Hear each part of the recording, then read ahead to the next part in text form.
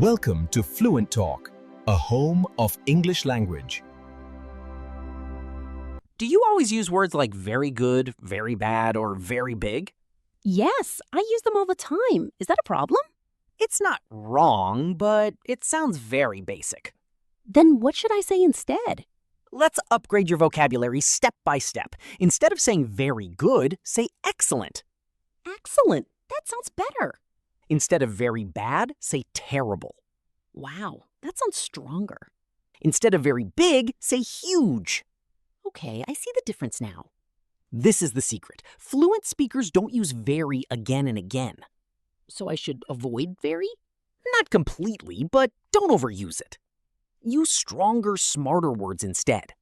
But how can I remember all these new words? Good question. Don't memorize long lists. Just learn 2 to 3 words every day and use them in sentences. Can you give me one example? Sure. Instead of saying, I am very tired, say, I am exhausted. Exhausted. I like that. See? Small changes make a big difference. So if I upgrade my words, my English will sound better? Exactly. Better words equals better English. I'm gonna stop using basic words from today. Great! Start small, stay consistent, and your English will improve faster than you think.